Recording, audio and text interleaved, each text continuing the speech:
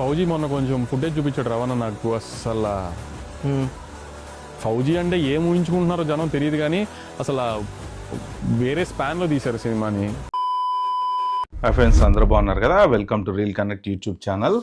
ప్రభాస్ ఫ్యాన్స్కి మంచి గుడ్ న్యూస్లు అయితే ఉన్నాయి భయ్య. ఈ పర్టికులర్ వీడియోలో ఆ గుడ్ న్యూస్ల గురించి చెప్తా.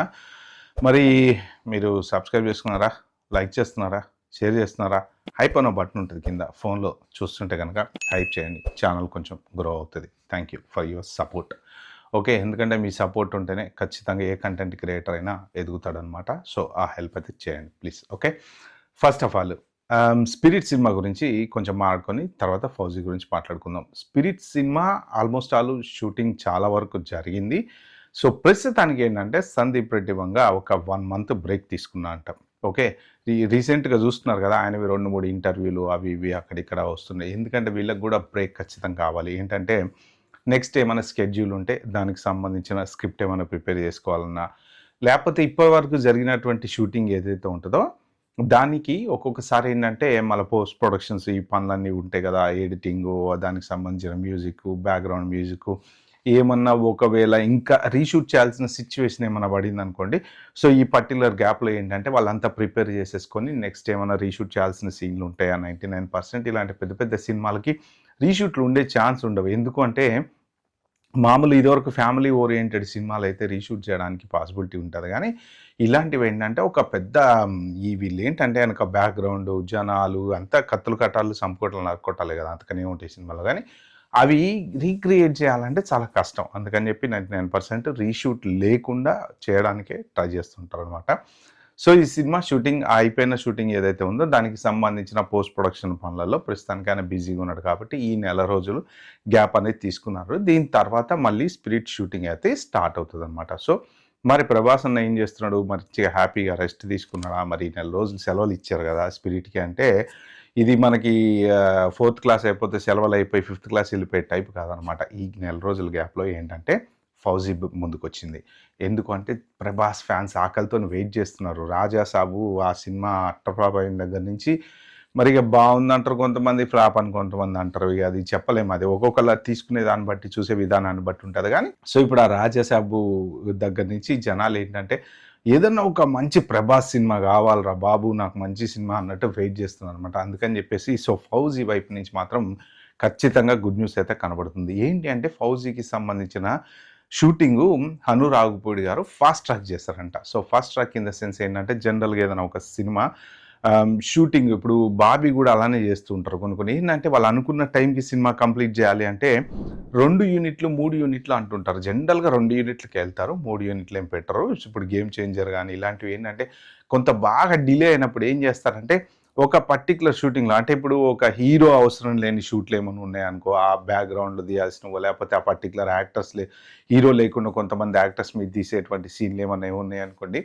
అవి ఏంటంటే ఒక యూనిట్ అంటే జనరల్గా సినిమాకి సంబంధించినటువంటి ఒక సీనియర్ కో డైరెక్టర్ ఎవరైనా ఒక ఆయన ఉంటారు అనమాట. ఆయన ఈ పర్టికులర్ యూనిట్ని హ్యాండిల్ చేస్తారు. డైరెక్టర్ వచ్చేసి చెప్పేసి వెళ్ళిపోతాడు, ఇగో ఇట్లా కావాలి ఇట్లా కావాలి ఇట్లా కావాలని చెప్పేసి చెప్తారనమాట. అలాగా ఒక యూనిట్లో ఏమో డైరెక్టర్ ఉంటాడు, ఇంకొక యూనిట్లోనేమో co director senior co director మొత్తం హ్యాండిల్ చేస్తూ ఉంటారు అనమాట. సో ఆ పర్టికులర్ సినిమాకి సంబంధించి ఫౌజీకి సంబంధించి అయితే ప్రస్తుతానికి 2 యూనిట్ల షూటింగ్ అంటే వేగంగా షూటింగ్ అయితే జరుగుతుంది. కంపల్సరీ December 9th వాళ్ళు అన్నట్టు దీన్ని రిలీజ్ అయితే చేస్తారు. అయితే ఒక యూనిట్ వచ్చేసి గండిపేటలో, గండిపేట అంటే మీకు తెలుసు కదా, మొత్తం ఆర్మీ రిలేటెడ్ ఏరియాస్ ఉన్నాయి మనకు. మొత్తం మీరు అట్లా అటువైపు గండిపేట చెరువు వైపు వెళ్తుంటే సైనిక్పురి నుంచి అదంతా ఆర్మీ ఏరియా ఉంటుంది.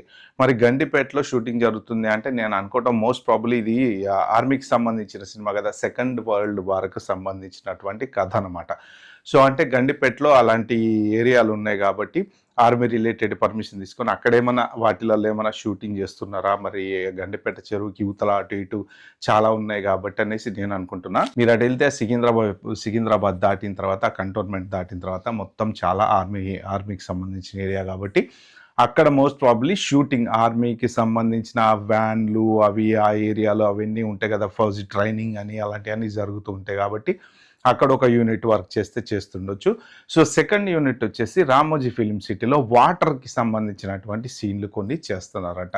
మరి డైరెక్టర్ మరి అక్కడ షూట్ చేస్తున్నాడా ఇక్కడ షూట్ చేస్తున్నాడో తెలియదు, కానీ మొత్తానికైతే చూసుకుంటారు పర్ఫెక్ట్గా, వాళ్ళ ఐడియాస్ ప్రకారమే వెళ్తారనుకోండి.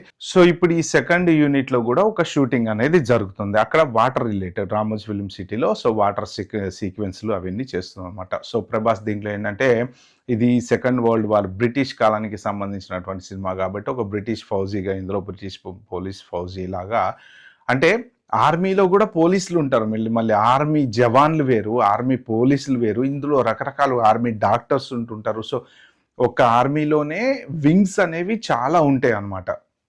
సో ఇప్పుడు railway police different police, normal police వేరు, రైల్వే పోలీస్ వేరు, అలాగా ఒక్కొక్క సెక్షన్ ఆఫ్ దాంట్లో ప్రతి దాంట్లో కూడా పోలీస్ అనే వాళ్ళు ఉంటారు. సో దీంట్లో ఫౌజీలో మరి బ్రిటిష్ పోలీసు అని చెప్పి అంటున్నారు. మరి అతను కంప్లీట్గా ఆర్మీ జవానా లేకపోతే బ్రిటిష్ పోలీసా లేకపోతే ఏంటనేది తెలియదు, కానీ సెకండ్ వరల్డ్ వార్కి సంబంధించినటువంటి సినిమా అని చెప్పి అంటున్నారు అనమాట. సో దీనికి సంబంధించిన యూనిట్ 2లో శరవేగంగా షూటింగ్ అయితే నడుస్తుంది. అయితే దీంట్లో కొంత లవ్ టచ్, ఇప్పుడు మనం సీతారామం చూసాం కదా, సీతారామంలో ఆర్మీకి సంబంధించినటువంటి స్టోరీ ఎంతైతే చూపెడుతుంటారో ఆ బ్యాక్డ్రాప్లో ఒక లవ్ టచ్, ఆ లవ్ టచ్లో వాళ్ళిద్దరిని మరి కొంత అది ఎమోషనల్గా చాలా టచ్ అవుతుంది సీతారామంలో కూడా. అసలు అతన్ని కలవడానికి వాళ్ళిద్దరు కలిసిన ఒకళ్ళ గురించి ఒకళ్ళకి తెలియకపోవడానికి, అంటే మెయిన్ హీరోయిన్ గురించి తెలియకపోవడానికి, సో ఆ ఎమోషనల్ టచ్ ఫైనల్గా చివరి వరకు ఒక లెటర్ పట్టుకొని తిరుగుతూ ఉంటుంది కదా ఆమె, చివరి వరకు తెలియకుండా అది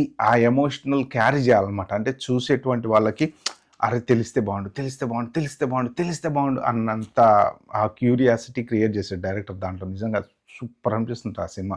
అలాగే దీంట్లో కూడా కొంత లవ్ టచ్ అనేది ఖచ్చితంగా ఉంటుంది అని చెప్పి డెఫినెట్గా చెప్తున్నారు అనమాట. సో ఈ 2 యూనిట్ల షూటింగ్లు శరవేగంగా జరుగుతున్నాయి. మోస్ట్ ప్రాబబ్లీ ప్రభాస్ ఫ్యాన్స్కి మాత్రం 100% గుడ్ న్యూస్. ఎందుకంటే ఇప్పుడు ఈ నెల రోజులు ఈ గ్యాప్లో ఈ ఫౌజీ షూటింగ్ జరుగుతుంటుంది, అటు పక్క దాని తర్వాత మళ్ళీ స్పిరిట్ స్టార్ట్ అయిపోతుంది.